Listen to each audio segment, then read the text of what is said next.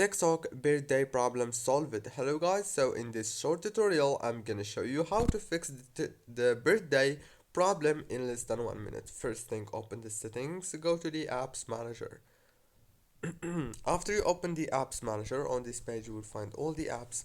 Go to TikTok, click on the storage, click on clear cache, clear data, go back, click on the data usage, and make sure to enable all those options right here.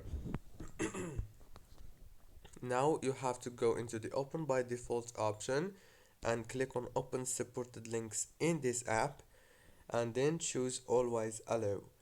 After that you have to just turn off your phone and turn it on again, and that's it. The problem must be solved. If it's not solved, then you have to remove TikTok from your phone and reinstall it again.